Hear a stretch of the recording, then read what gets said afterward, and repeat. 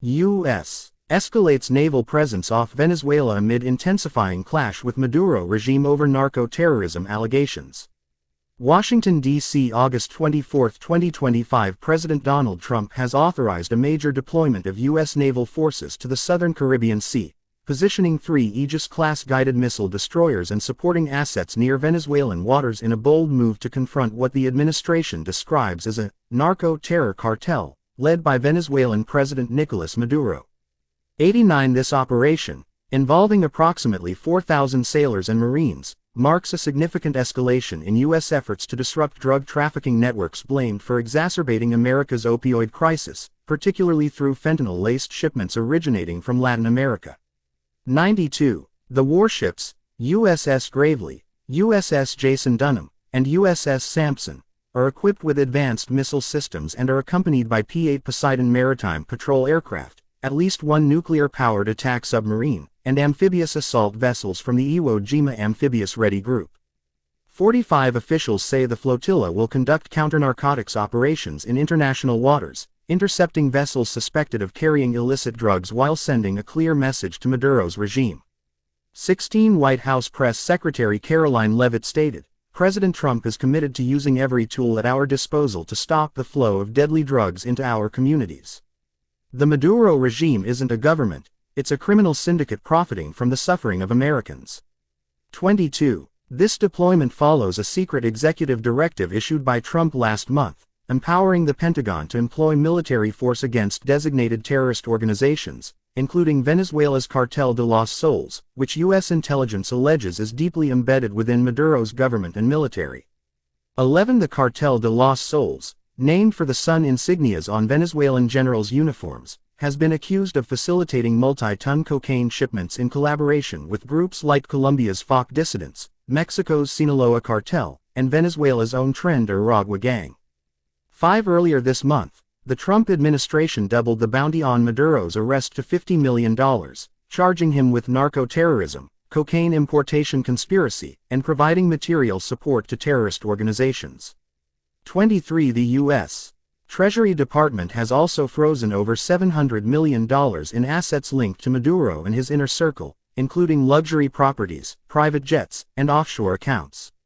0. Maduro's defiant response and domestic mobilization. In Caracas, Maduro has reacted furiously, framing the U.S. actions as an imperialist aggression and a prelude to regime change. 37. During a nationally televised address, he mobilized Venezuela's National Bolivarian Militia, a volunteer force established by his predecessor Hugo Chavez, claiming over 4.5 million members are ready to defend the homeland. 40 inches The empire has gone mad with its threats against our peace and sovereignty, Maduro declared, without explicitly naming the warships but alluding to extravagant and bizarre U.S. provocations. 83 Venezuelan authorities have imposed a temporary ban on drone operations nationwide, citing heightened security risks from potential aerial incursions. 21. Maduro's government has also ramped up diplomatic rhetoric, with Foreign Minister Yvonne Gil dismissing U.S. accusations as fabricated and lacking credibility, insisting Venezuela advances in peace and sovereignty. 26. Internally, the regime has accelerated enlistments into the militia, with reports of untrained civilians being conscripted amid fears of invasion.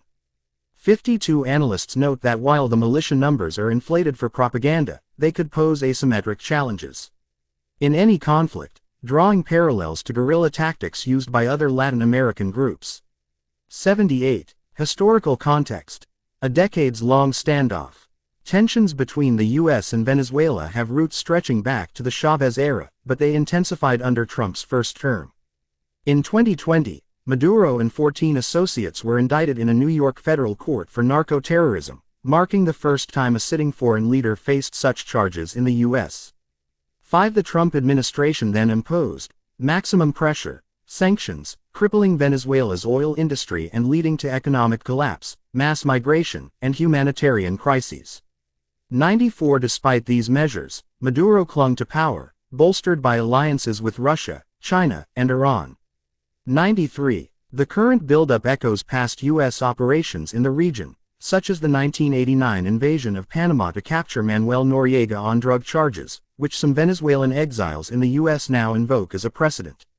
34. However, critics argue the deployment exceeds typical counter-narcotics efforts, potentially signaling broader intentions like regime destabilization or securing access to Venezuela's vast oil reserves, the largest proven in the world. 63. Trump has openly mused about Venezuela's oil in past statements, suggesting in 2024 that a collapse of the regime could allow U.S. exploitation of its resources. 64. International reactions, condemnation and support. The move has elicited sharp rebukes from global powers. China, a key Maduro ally, condemned the U.S. naval presence as foreign interference and a violation of the UN Charter, pledging continued support for Venezuela's sovereignty. 95. Beijing's foreign ministry spokesperson Mao Ning urged Washington to do more things conducive to peace and security in Latin America. 50. Russia, which has provided military aid to Maduro, echoed these sentiments, warning of perfect harmony between Putin and Maduro in resisting U.S. pressure. 93. Colombia, under President Gustavo Petro, criticized the deployment as saber-rattling that could destabilize the region, though some Colombian officials quietly welcome U.S. action against shared cartel threats. 60. In contrast, Venezuelan opposition figures and diaspora communities in the U.S. and Trinidad and Tobago express optimism, viewing the warships as a step toward liberating their homeland from Maduro's grip. 36. The European Union has called for de-escalation, emphasizing diplomatic solutions amid ongoing Venezuelan political crises. 24. Expert analysis and potential implications. Security experts are divided on the operation's scope. Henry Ziemer of the Center for Strategic and International Studies described the force concentration as excessive for mere interdiction, suggesting it serves as a psychological deterrent or preparation for more direct action. 79. Robert Muga, founder of the Agaripe Institute, noted the deployment's similarity to shows of force against other narco-states, but warned of risks like accidental clashes or Maduro activating sleeper cells in the U.S., including Tren de Aragua operatives. 79. The Pentagon has remained tight-lipped on operational details, affirming only its commitment to hemispheric stability and countering cartel threats. 41. Domestically, the move aligns with Trump's campaign promises to militarize the fight against cartels, but it raises concerns about entangling the U.S. in another Latin American conflict amid domestic priorities like border security and migration. 101. Social media and public sentiment. On platforms like X, formerly Twitter, the deployment has sparked heated debate. Users supportive of Trump hail it as a necessary crackdown, with one post declaring, finally, taking the fight to the cartels. 77. Critics, however, decry it as classic bully behavior, and warn of oil-driven motives. 63. Venezuelan accounts amplify Maduro's calls for resistance, while U.S.-based Venezuelans share stories of cartel violence, urging intervention. 59. As the warships approach, the international community braces for potential fallout. With Venezuela's economy in tatters and millions displaced, this confrontation could reshape Latin American geopolitics, or ignite a dangerous regional crisis. The administration insists the focus is solely on national security, but skeptics question whether underlying economic interests, particularly oil, are at play.